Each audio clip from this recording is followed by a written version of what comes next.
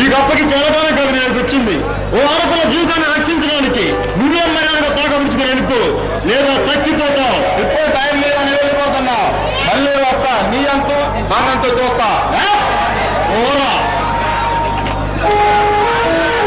చాలా థ్యాంక్స్ అండి, సమయానికి వచ్చి కాపాడారు. లేకపోతే ఆ దుర్మార్గుడు నన్ను పిచ్చి పట్టించేవాడు.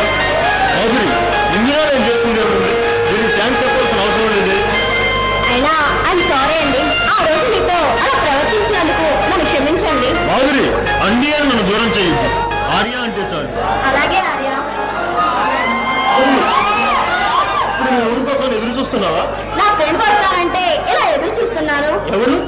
నా ఫ్రెండ్ ఝాన్సీ వస్తానంది, అందుకే ఎదురు చూస్తున్నాను. మాధురి, నువ్వేమనుకోవాలంటే ఒక మాట అడుగుతాను.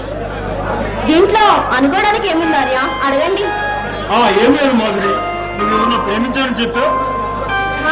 అవును, ప్రేమించాను. అతన్నే పెళ్లి చేసుకోవాలనుకుంటున్నాను. మీతో చెప్పి ఆ పెళ్లి చేసుకోవాలనుకుంటున్నానండి. నిజమా మాధురి? అవునండి.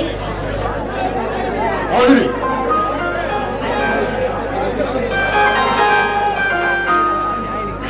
మాధురి, ప్రేమంటే ఈ లోకంలో ఎంతో విలువ ఉంది. ఆర్య, తిరిగినప్పుడే ఆ గాంధీ గారు నిజమైన స్వతంత్రం వస్తుందన్నారు. కానీ అది ఇప్పుడు వస్తుందా? నాకేం నమ్మకం లేదు. మాధురి, ఆ రోజు తప్పకుండా వస్తుంది. రౌడీ అంటేనే ప్రజలు భయపడే రోజు ఇది. అలాంటి ఈ రోజులు మారాలంటే ప్రతి వ్యక్తి ధైర్యంగా ధర్మాన్ని రక్షించాలి. లేకపోతే అధర్మమే వాళ్ళని శిక్షిస్తుంది. అవును, ఇంతకీ నువ్వెవరన్నా ప్రేమిస్తున్నానన్నావు? నిన్ను ఆటపట్టించడానికి అలా చెప్పాను. నీలాగా సరదాగా ఉండేవారంటే నాకు చాలా ఇష్టం. మీరు నమ్ముకునేవాళ్ళంటే కానీ ఏంటి? అప్పుడప్పుడు మీ ముక్కులో కోపం ఉంటుంది. అప్పుడు చూడాలి మీరు అప్పుడు కానీ ఉద్యమదేవి లాంటి వారి